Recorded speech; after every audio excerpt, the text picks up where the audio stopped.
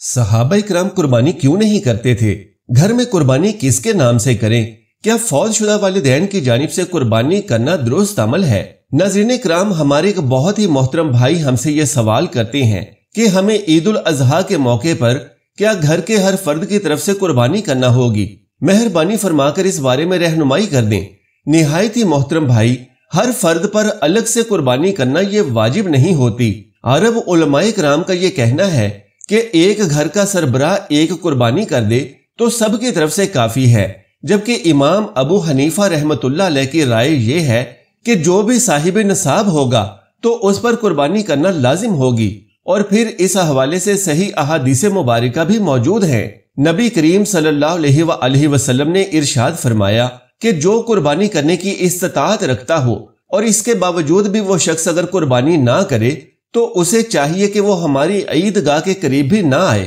اس حدیث مبارکہ سے ثابت ہوتا ہے کہ قربانی کی استطاعت رکھنے والے ہر مرد اور عورت کے لیے قربانی کرنا ضروری ہے، لیکن اگر صاحب نصاب ہونے کے باوجود بھی اگر کوئی قربانی نہ کرے تو اس کو سخت گناہ ملے گا۔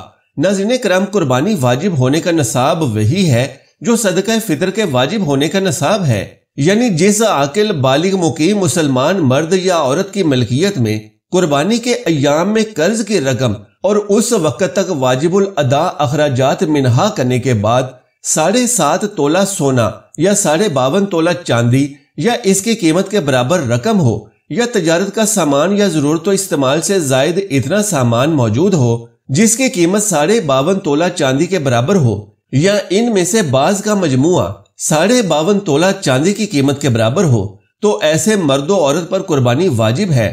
لیکن اب یہاں بعض لوگ یہ سوال بھی کرتے ہیں کہ حضرت ابو بکر و عمر رضی اللہ تعالیٰ عنہ سے مروی ہے کہ وہ قربانی نہیں کیا کرتے تھے، اور اسی طرح بعض لوگ کہتے ہیں کہ صحابہ کرام رضی اللہ عنہ قربانی نہیں کرتے تھے، خلفائے راشدین نے قربانی نہیں کی، تو اس کا مطلب یہ ہے کہ قربانی واجب نہیں ہے۔ تو ایسے لوگوں کو یہ بات سمجھنی چاہیے کہ ان صحابہ کرام پر قربانی واجب نہیں تھی۔ حضرت ابو بکر و عمر رضی اللہ تعالیٰ عنہ کے حالات صحیح نہیں تھے، ان کے گھر میں فاقے ہوا کرتے تھے، اور بعض روایات میں یہ بھی آیا ہے کہ حضرت ابو بکر و عمر رضی اللہ تعالیٰ عنہ غریبی کے عالم میں قربانی اس لیے بھی نہیں کیا کرتے تھے کہ کہیں لوگ ان کی اقتداء نہ شروع کر دیں، کہ کہیں غریب لوگ بھی قربانی کو لازم نہ سمجھ لیں۔ اسی لیے ہم یہ کہتے ہیں کہ اس کا مطلب یہ ٹھہرا کہ غریب ہو کر بھی اگر وہ قربانی کرتے تو لوگ یہ سمجھتے کہ غریبوں پر بھی قربانی واجب ہے، اس سے بھی امت مشکل میں پڑ جاتی۔ اس لیے وہ صحابہ کرام رضی اللہ تعالیٰ عنہ غریب تھے، اس لیے انہوں نے قربانی نہیں کی۔ اس لیے صحابہ کرام رضی اللہ تعالیٰ عنہ نے غریبی میں قربانی نہیں کی تاکہ غریب لوگ ان کی اقتداء میں پڑ کے کہیں اس کو لازم نہ سمجھ لیں۔ تو اسی لیے امت کو مشکل سے بچانے کے لیے یہ قربانی صرف مالدار پر واجب ہے، جبکہ غریبوں پر قربانی لازم نہیں کی۔ تو اس حدیث کا یہ مطلب بن رہا ہے، ورنہ تو قربانی نہ کرنے پر بہت سخت وعیدیں ہیں، لہٰذا جو صاحب نصاب ہے اس کے لیے قربانی کرنا لازم ہے۔ اگر وہ قربانی نہ کرے تو اس کے لیے سخت گناہ لکھا جائے گا۔ امید ہے کہ آپ کو میری بات کے پوری طرح سے سمجھ آ گئی ہوگی۔ ناظرین کرام، اب یہاں پر ایک اور بھائی نے قربانی کے بارے میں سوال کیا ہے کہ گھر میں قربانی کس کے نام سے کرنی چاہیے؟ اگر والدین بھی گھر میں موجود ہوں تو کیا بیٹا اپنے نام سے قربانی کر سکتا ہے؟ اس کی قربانی ہو جائے گی یا پھر والدین کے نام سے ہی قربانی کی جائے؟ مہربانی فرما کر میری اس بارے میں رہنمائی فرمائیں۔ دیکھیے پیارے اسلامی بھائی، قربانی ہر اس مرد اور عورت پر لازم ہے جو بالغ ہو، عاقل ہو، مقیم ہو اور صاحب نصاب ہو۔ اب صاحب نصاب سے مراد یہ ہے کہ جس کے پاس 7.5 تولے سونا ہو، 52.5 تولے چاندی ہو، یا پھر 52.5 تولے چاندی کی جو رقم ہے وہ اس شخص کے پاس موجود ہو، تو ایسے شخص پر قربانی واجب اور لازم ہے۔ یعنی اگر کوئی ایسا شخص صاحب نصاب ہونے کے باوجود بھی قربانی نہیں کرتا تو وہ سخت گناہ گار ہوگا، اور یہ بھی جان لیجئے کہ صاحب نصاب اگر قربانی نہ کرے تو یہ گناہ کبیرہ ہوگا اس کے لیے۔ اب یہ بات بھی سمجھ لیجئے کہ اگر گھر میں بیٹا ہے اور وہ صاحب نصاب ہے تو اس پر اپنی طرف سے قربانی کرنا واجب ہوگی۔ اسی طرح والدین ہیں، والدہ ہے یا والد ہے، اگر وہ بھی صاحب نصاب ہیں تو ان کے لیے بھی اپنی طرف سے قربانی کرنا لازم ہوگی۔ اگر بیٹی ہے، صاحب نصاب ہے، تو اس پر اپنی طرف سے قربانی کرنا واجب ہوگی، یعنی کہ جو بھی گھر میں صاحب نصاب ہے تو اس کے لیے اپنی طرف سے قربانی کرنا لازم اور واجب ہوگی۔ اب یہاں اکثر جگہوں پر یہ غلطی کی جاتی ہے، بعض لوگ یہ سمجھتے ہیں کہ جب تک والدین حیات ہیں، جب تک والدین زندہ ہیں تو بیٹا یا بیٹی اگرچہ صاحب نصاب ہی کیوں نہ ہو تو وہ اپنے نام سے قربانی نہیں کر سکتے۔ ہاں، لیکن جب والدین اس دنیا سے رخصت ہو جائیں تو اگر بیٹا یا بیٹی اپنے نام سے قربانی کرنا چاہیں تو وہ کر سکتے ہیں۔ تو میں آپ کو بتانا چاہوں گا کہ یہ ایک بہت بڑی غلط فہمی ہے۔ یاد رکھیے گا کہ قربانی جس شخص پر بھی واجب ہوگی تو اس کو اپنا واجب ادا کرنا یہ لازم ہوگا۔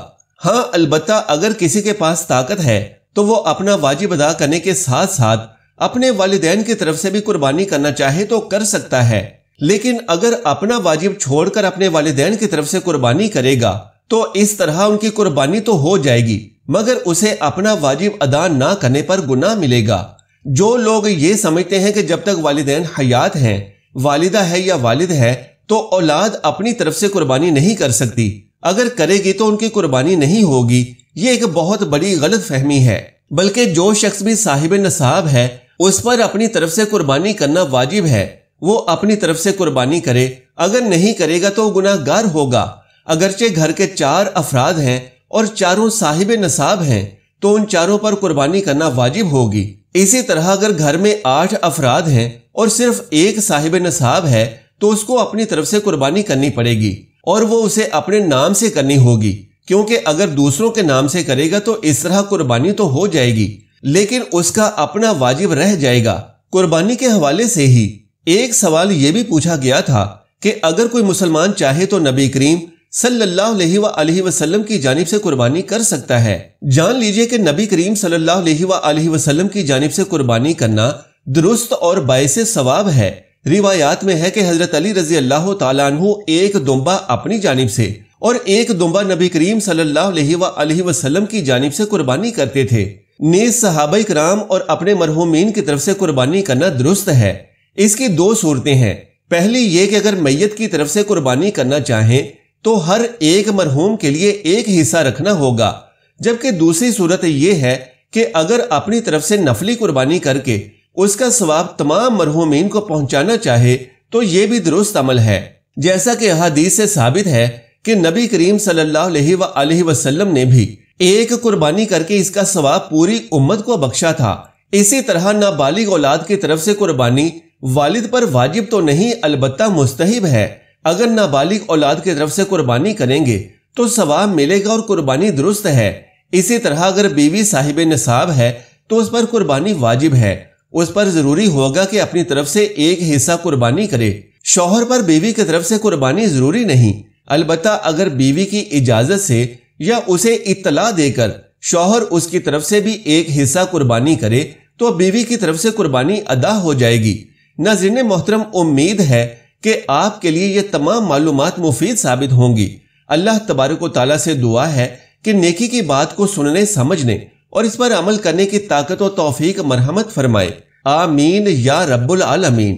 ناظرین کرام، اگر آپ کو میری آج کی یہ معلوماتی ویڈیو پسند آئی ہو تو اسے لائک اور شیئر کر دیجئے اور میرے اسلامی و اصلاحی چینل کو سبسکرائب کر لیجئے۔